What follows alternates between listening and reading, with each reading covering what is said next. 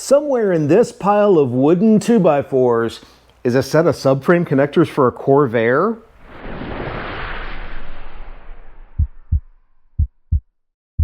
Hi folks, welcome back to Auto Anatomy. My name is Sean. Thank you so much for joining us. Yes, somewhere hidden in that pile of wooden 2x4s is some metal that we're going to use to make a set of subframe connectors for a late model Corvair.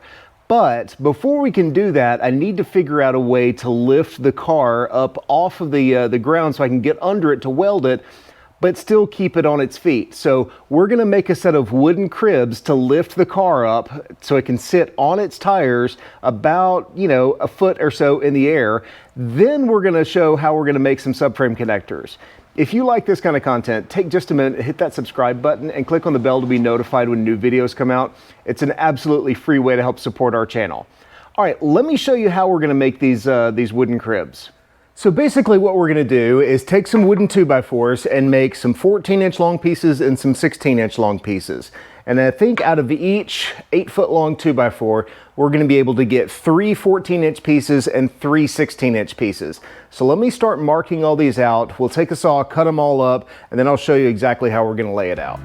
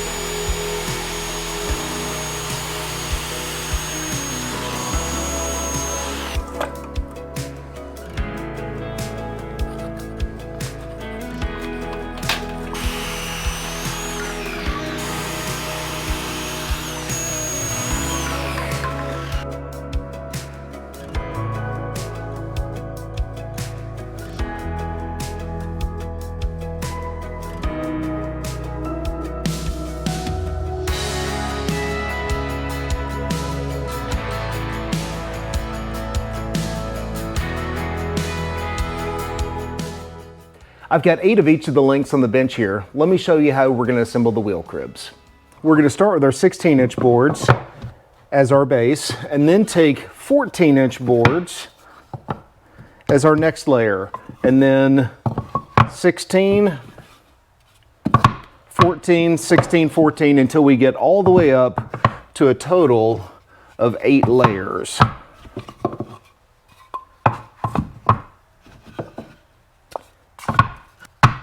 Now this is going to be the final height of our wheel cribs, which should put us about 10 inches or so, maybe 11 inches off the ground, which will give me plenty of room to work under the car while still letting it rest on its suspension. So let me get these back apart. We'll mark where the intersections of these two pieces are, make sure they're at right angles, drill, and start to drive some screws into it.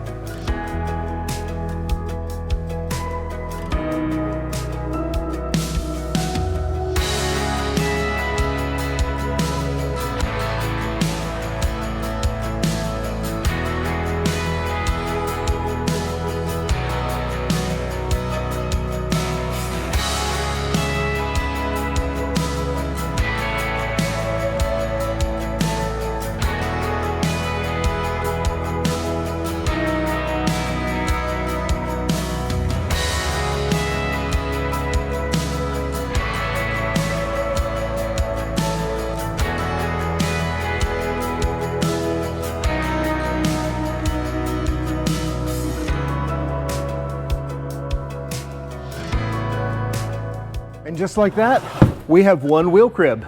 Now we just need to make 3 more of these.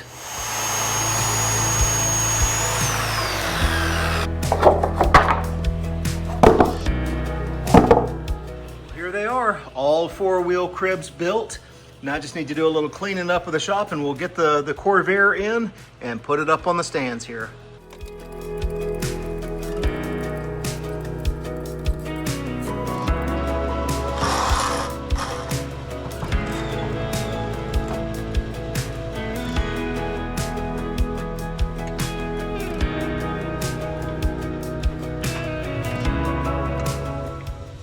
So I got the car up on the wheel cribs. Everything went really well. Ended up taking 11 2x4s that are 8 foot long and roughly a 5-pound box of 3-inch long screws to make them, and took maybe a couple of hours total. But now that the car is up in the air, you can see we've got probably 18 inches between the ground and the rocker, and that'll be perfect for welding in these. Now these are 1 by 1.5 inch rectangular tubing that's about 6 feet long, and I have to do a little trimming, but basically what I want to do is come in on the inside of this rocker lip here, right up against the body, and weld this here, so on this side. So it'll be clamped, welded all along the pinch seam, welded to the rear jacking point, welded to the front subframe, and that'll give me a place that I can easily jack the car up to, because it'll be hanging down maybe a 1/4 inch below this sill. So I think the first thing to do is just get a wire brush in here, start cleaning up everything, clean off all the undercoating. So you can see someone's jacked up the car on the pinch weld seam previously, so we're gonna have to do a little bit of repair work, not a big deal. But get that done, get everything cleaned up, and I'll show you exactly how we're gonna install subframe connectors. Now, most subframe connectors on cars are gonna go directly from the front subframe and take a straight shot all the way back to the rear subframe. The Corvair is a little bit different because the seat pan here drops down, so you can't really put a straight shot from the front subframe all the way to the back, because it's gonna hang down below the bottom of the seat pan, and then all of a sudden that becomes the lowest part of the car. So what I think I want to do is figure out a way to tie this rear subframe into kind of where the rocker sits. So what I'm thinking that this is going to be kind of like a rocker support and subframe connector all in one. I want to run this box tubing kind of right behind this this rocker sill, and then kink it up here where it will follow the floor, and then have another piece that comes off and ties into this front subframe. So it'll tie the subframe and the rocker assembly all in one piece on this side. So on the back here, what I think I'd like to do is cut this weld seam so I can recess this box tubing all the way flush against the bottom of the subframe, and also take another piece and wrap it around this subframe, kind of tying in the rear subframe, the torque box, and the rocker all into one solid piece. So I think a good starting point is to take some measurements here and then start with this piece that wraps around the bottom of the rear subframe and torque box area. Get that fitted really well, get it flush to the bottom of the rocker sill here on the inside. So that way when I run this piece to the back of the torque box here, everything sits nice and flush, and we can tie these two pieces in together.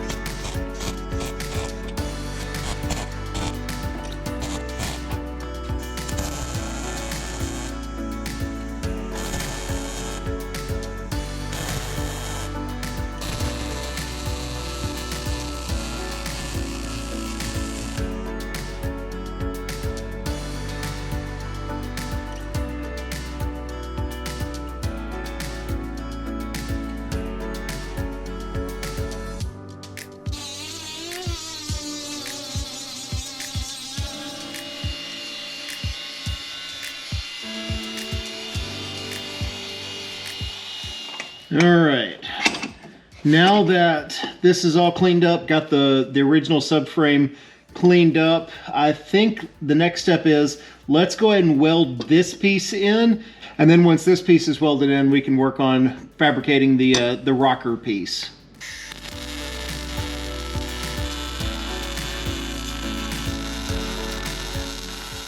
So now that we've got this piece welded on the rear subframe, we're going to take our other piece of 1.5 by 1 inch box tubing and run right up against the inside of the rocker here. Now at the front here, what I want to do is kick this up to match this angle of the body and to tie into this cross piece, so it'll actually come up above the rocker here. Yeah, above the rocker here, following this angle on the floor pan. So I need to measure this angle, then we can cut, bend, weld, and get this piece matching the floorboard. And then we'll come in with another piece that's going to tie into this subframe and tie in over here. So we'll have an angle here, and this one will be angled up. So the first thing is, let me mark where this is going to come up, and then take the measurement on this, and we can make a notch, bend it at the appropriate angle, get it welded, and then work on fitting the back end. Got my digital inclinometer here on the bottom of the rocker, and we're basically level. So it's less than, well, about 0.2 of a degree from being perfectly level. So now let's take this and put it here. So 4.3 degrees, 5.7, so it kind of ramps up. 3, 1, so yeah, it kind of increases its angle as it's going up. Although on average it's about 5 degrees, so I think I may just put it at about 5 degrees. So yeah, we'll just put it at 5 degree up elevation, and that should work pretty well. All right, there's our mark.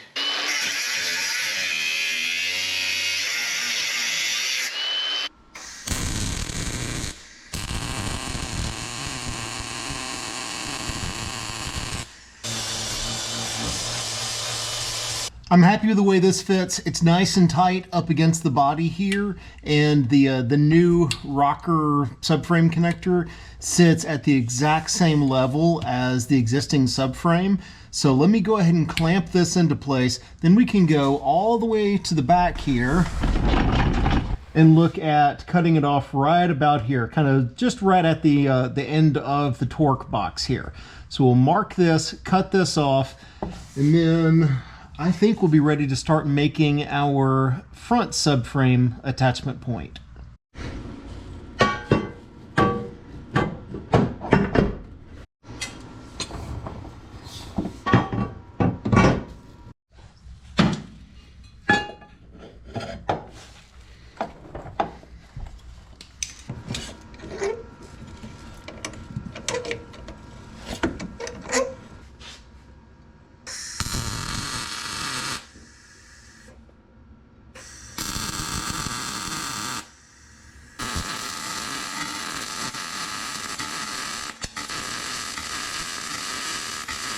Okay, got the weld ground down here and just smoothed out a little bit. And overall, I'm pretty happy with the way this is fitting.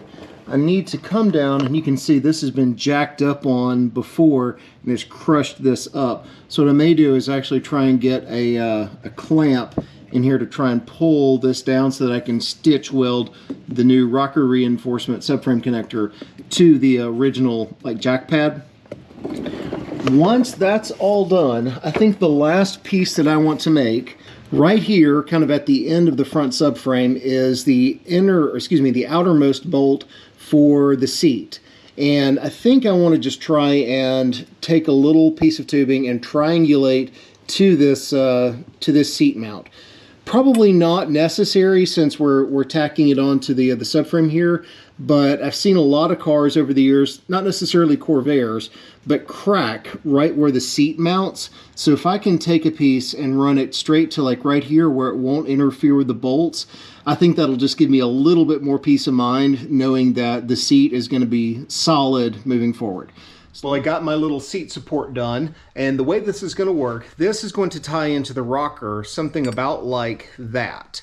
So the rocker support subframe connector will be here, and then this triangulated piece will weld onto the body right at the seat mount. So that way all of the pressure, all of the support for the seat will run right down this tubing into the rocker support.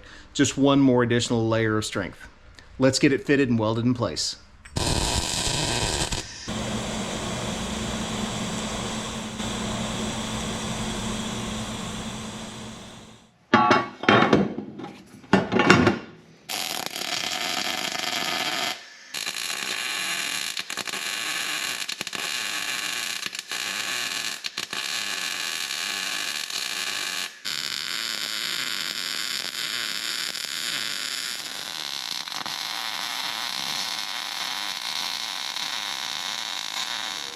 All right, we are now welded to the front subframe, to the rocker, to the seat mount, all the way back to the rear subframe.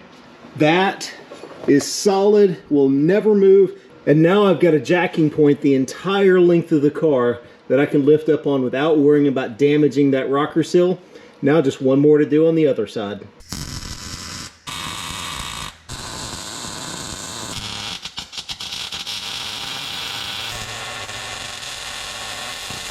So here we are. I've got both sides all welded in, painted. I can't wait to go take this thing for a quick drive and see if it's made any difference. I've got to imagine that this is gonna be a little bit stiffer than it was before. All right, so let's get this thing down off the wheel cribs and go take it for a quick spin. All right, first impressions on taking the car for a drive with the new subframe connectors. I wasn't really expecting an awful lot with it because frankly, the cars are fairly stiff to begin with. Taking it on my favorite route here that's got some undulating road, it's got some twists and turns, it's got a lot of bumps. What I'm not hearing as much of are squeaks and pops. And I can only attribute that to the car being a little bit stiffer. Maybe it's in my brain, but it feels like it wants to turn a little bit easier, a little bit tighter, a little bit more precise.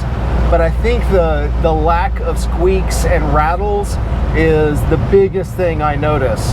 Coming up next on the channel, we've got a lot of interior work to do. I've got a new headliner for it. It is physically in my hand, so that will be coming.